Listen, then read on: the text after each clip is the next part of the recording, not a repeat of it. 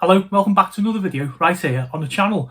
So folks, we spent the last 12 months doing the retro gaming top 10, all my favourite games, the particular consoles I own, and we have reached the end of the series. This is the last one, but hey, we go out in style with what was arguably one of the most phenomenal and game-changing consoles of all time. I am of course talking about Sony's PlayStation 1. I love this little system that much. I still play it now. I say this is the original PlayStation 1 console. This is the HDMI version of it as well. So I still do play a lot of these titles I'm going to talk to you about today. So the PlayStation, a little bit of a history lesson. Come along, late 90s, and it basically changed everything. It changed everything. It was probably the first mainstream console that was actually, it's so cleverly marketed that what they done is used to put it in like nightclubs here in like the United Kingdom. And at the time, like a lot of like rave music was about and stuff like that. So folks would go to a club, have a few beers, do what they were doing, and there'd be a video game console there. So they sit there playing something like a Ridge Racer, which you might see later. Or another game along them lines. And they come over to the club and in the end they think, well, I want to buy one of these. And it's so clever the way they done it at the time when everybody else, all the other like console makers, Sega, Nintendo, were just doing their adverts on the TV. So it become a cultural phenomenon. A lot of the games that are on this list here, as well as on the original system itself, were in their first iterations. Some of the games we know today started off on the PlayStation. So, it was a really, really good little console. Okay, guys, so I'm going to leave it there. I'm going to show you my top 10, and then we'll come back and we'll close off. In at number 10 is Formula 1. This was absolutely brilliant at the time. There were Formula 1 games out on different systems, of course there were, but what made this unique is it was more of an arcade game than a simulator. I'd just throw it on and I would just run around Monaco, crashing into cars, winning races, with none of the complicated things that is F1. As the series went on, they got more simmy and I kind of dropped off them. What was also famous for this as well is Murray Walker, who used to do all the Formula 1 commentary. He had his full commentary on it, so you were like racing around, you could hear like Murray's voice and all that. This was just a really good time, and it still stands up to date, to be fair. Number 9, Doom. What's not to be said about Doom? Just an unbelievable game.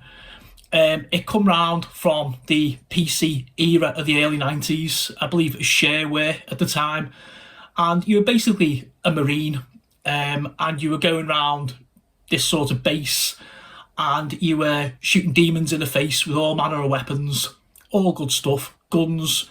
They introduced the BFG, the big F gun. Figure that one out. It was just great. You'd have to run around and you had to find key cards, like yellow, blue, red cards to open certain doors. So you had that little bit of not so much puzzle element into it, but more of a thinking man shooter. Still stands up even today. Number 8, PGA Tour 96. Probably the strangest selection in here. I loved this. I'd always been a fan of golf games from playing PGA Tour golf on the PC. This one come along and I just loved it. Many hours spent on this, playing stroke play, just trying to improve my score and have a really good time. Also, the music was great. Number 7, Tomb Raider. Needs no introduction at all. It was the game that springboarded Lara Croft. Lara was an archaeologist, and she basically went into the tombs to find all the treasures and stuff like that. This game was just phenomenal. I don't even know how many of them there were. I think on the PlayStation alone, I think there was 2, 3, and maybe another one. It went over to Dreamcast. It's been on virtually all the big machines since. Just an absolutely phenomenal game. It was, from what I can remember, it was more about like puzzle solving than combat. Lara had the trademark twin pistols, and it was more kind of finding your way around, getting lost and then like double back and finding like another little route and swimming like underwater to find that little entrance that you missed out on. You just spend, well, I used to spend hours just getting lost and just absolutely loving it. It's like I say, just needs no introduction, just an all-time classic. Number 6, ISS Pro Evolution Soccer. Okay, so this was the first iteration. it basically, this game was big on the Super Nintendo, but certainly for PlayStation, I think this was like the first one, the first title on there. And it just offered international football, really good fluid gameplay, and the series has lasted right through to now. We've still got like Pro Evolution Soccer, ISS on PlayStation. I'm not sure if it's on PlayStation 5, but certainly PlayStation 4. Pro Evolution Soccer has been basically on everything. It's just, there's two camps. There's FIFA and there's Pro Evo. For a long time, Pro Evolution Soccer was the arcade players' favourite, where FIFA was more simmy. FIFA had all the licenses and the teams, but Pro Evo just had all the gameplay. This one still stands up to today for me. Still a really, really good game. Number 5, Tekken 3. This was one of the PlayStation's best beat-em-ups. The first one was good and extremely innovative, bringing combat into the 3D arena, where in the past we'd had it 2D with like your Street Fighters. The second one was better, but this one was just, for me, the best of the bunch. A load of really interesting characters. Gameplay was just great. It was one of those where you could have a mate around and you just button bash and he'd beat you. But like all these fighting games, the more effort you put into it, the more time you put into it, the better you got. And like an experienced fighter could easily beat an inexperienced fighter on it. Just really, really good. I can't knock it. That's why it's so high. Number 4, Crash Bandicoot. Crash was just amazing. Nintendo had Mario, Sega had Sonic, and Sony needed a talisman. Along comes Crash Bandicoot. What made this game so unique for me was like the almost pseudo 3D persona. It was like you were going into the screen, and all the graphics were nice and everything was big and everything was colourful. But the pitfall we all fell into, pardon the pun, was the game looked so cute, but it was so mischievous in regards to how you had like precision jumps to make and you didn't make them, you'd pay. But it was just so good that you just go back, you click the button, go back to your checkpoint and just try again. I never completed this. I come close on a couple of occasions, but it's still one of them games now where I'll just pull out a beer and just have a damn good time. Still highly recommended today. Number 3, Ridge Racer.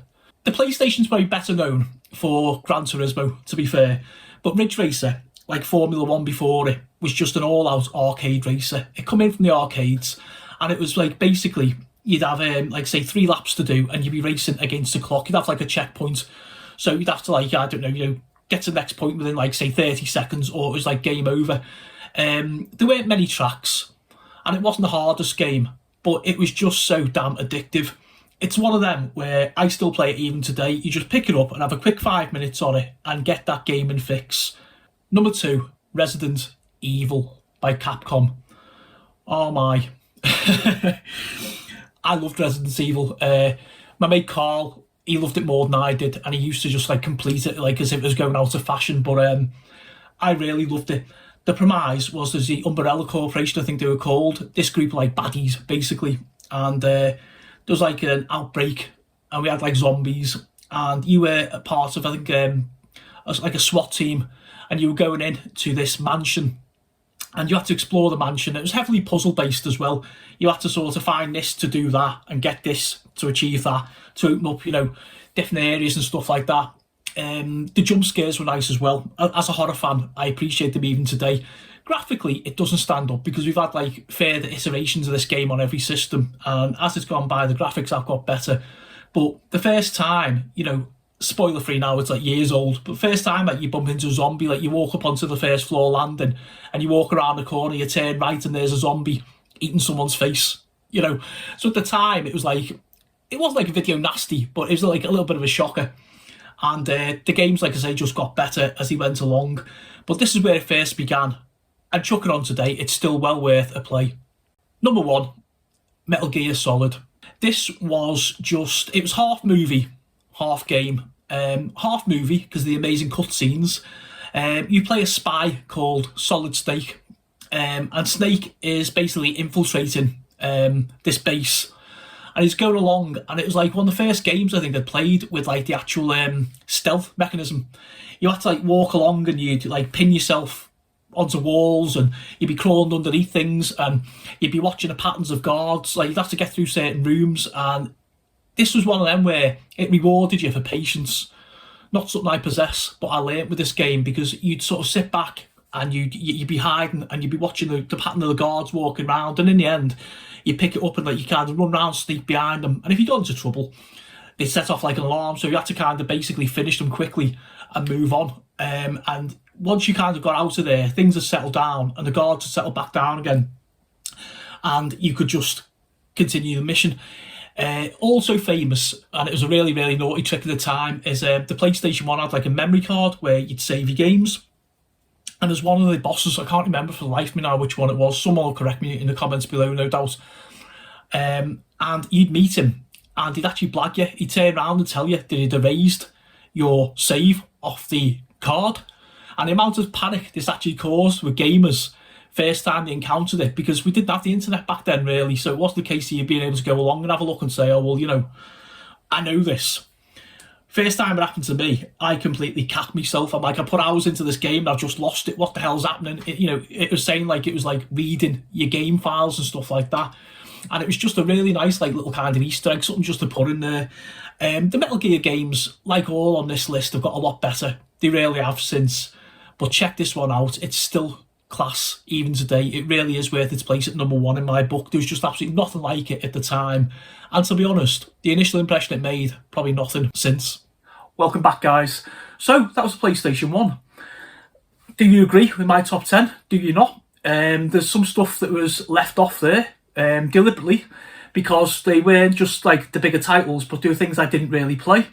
Like I said, all series I've gone through and I'll just give you my games, my memories and my kind of stuff there. Leave in the comments below, what did you play? You know, were you like, say for example, a Final Fantasy 7 player? You know, why wasn't that on the list? Leave me comments below, tell me off, give me all that. Not too harsh please guys, do you know what I mean? It's nearly Christmas. Okay. Yeah, like I said at the top of the video as well, this is like the last now in this series. Next month, there will be more retro content. I'm holding that close to my chest at the minute, but there will be an announcement probably on my New Year's video or possibly the Christmas video. Okay, guys, I'm going to leave it there. Thank you so much, every single person who spent the time watching this series. It really is appreciated, and I really hope I've managed to bring back some gaming memories for you folks. Okay, until next time, I'll see you later.